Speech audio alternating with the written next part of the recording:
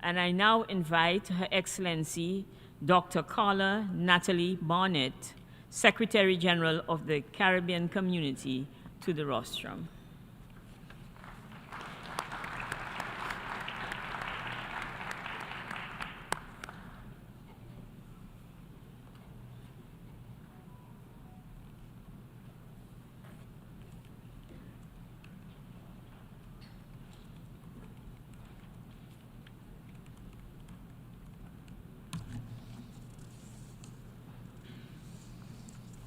Distinguished guests, ladies and gentlemen, I am pleased to join this gathering of delegates to the 4th session of the Permanent Forum on People of African Descent and to bring warm greetings on behalf of the Caribbean community.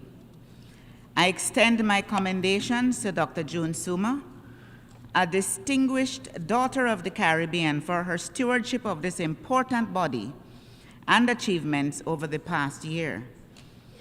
I also congratulate Ambassador Martin Kimani on his upcoming appointment as chairperson of the forum, and wish him much success during his tenure.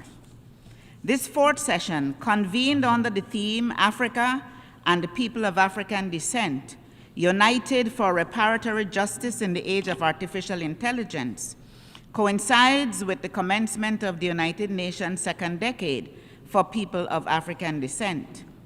This permanent forum has established itself as an important consultative body with a vital role to play in championing economic, social, digital, and especially important reparatory justice for Africans and African-descended people globally. Given the insightful conclusions and recommendations from the previous sessions and the transformative agenda which it has been promoting within the framework of the United Nations, we support the call for greater resources for the Permanent Forum to continue to effectively address its important agenda. Systemic inequality, racial discrimination, and reparatory justice for the global African community continue to be priority areas to be addressed during this 2nd decade. The 2nd International Decade for People of African Descent provides renewed impetus to advance CARICOM's own reparations agenda for repair, justice, and development of people of African descent, as well as for our indigenous peoples. It is an opportunity to confront the consequences of European colonization and enslavement, and to call attention to the enduring legacies of these historical injustices. Of importance also is that the African Union is observing 2025 as the year for justice for Africans and people of African descent through reparations. Distinguished guests, at their meeting in July 2024, CARICOM heads of government expressed full support for increased participation and collaboration by the region in the meetings and the work of this permanent forum. The CARICOM Reparations Commission in particular stands ready to collaborate with the permanent forum to advance material improvements for the people of African descent as outcomes of the 2nd International Decade, and especially for women, children, and youth. As the partnership between the Caribbean community and the African Union continues to grow, the demand for justice and development is a common call.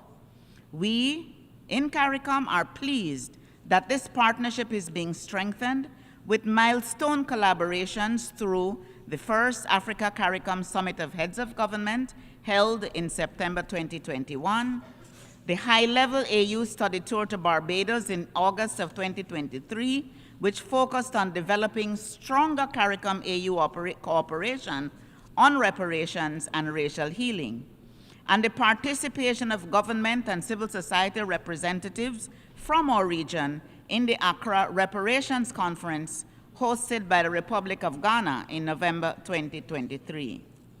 CARICOM looks forward to the 2nd CARICOM AU Summit to be held in Addis Ababa, Ethiopia, on the 7th of September 2025, and other strategic engagements to advance our shared agenda.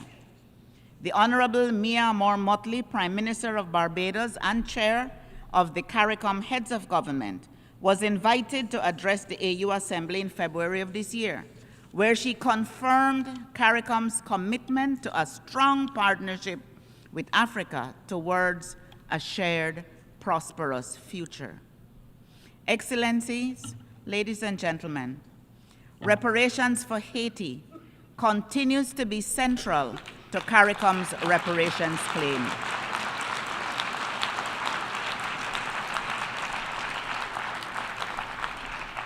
April 2025 marks the bicentenary of the indemnity of 150 million francs imposed on Haiti by France as reparations for loss of property, including enslaved Africans, as a precondition for recognizing the island's independence.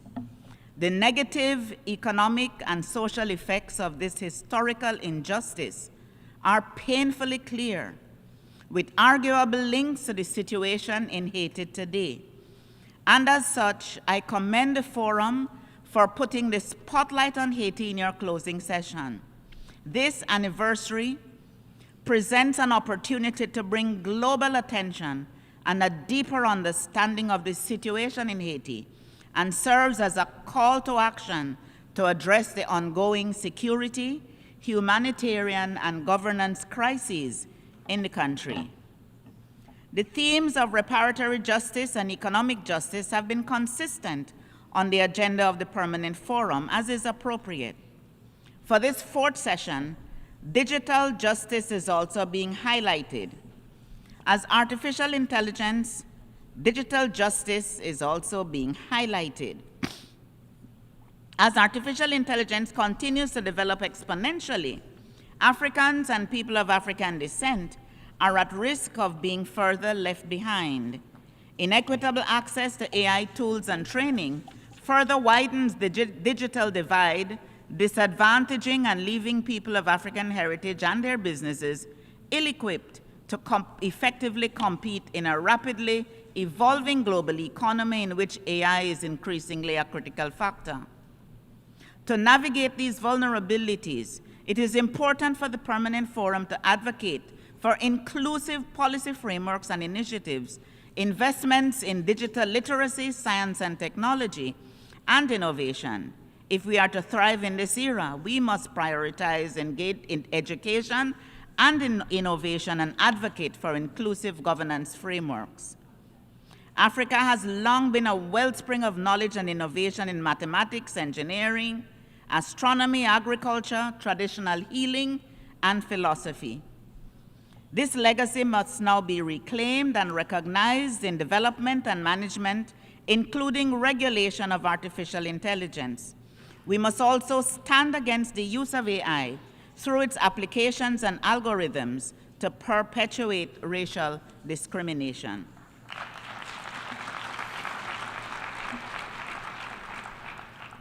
Esteemed guests, this fourth session is an opportunity for us to pool our collective knowledge and expertise and strengthen our commitment to improve the lives of Africans and people of African descent all over the world. I encourage everyone to continue to work together to eradicate deeply embedded structures of racism and inequality and build inclusive society where the human rights of all people, including African people, are respected. I wish the Permanent Forum continued success and fruitful deliberations.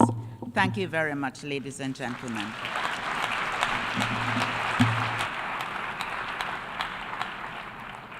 I thank the Secretary General of the Caribbean Community. I now invite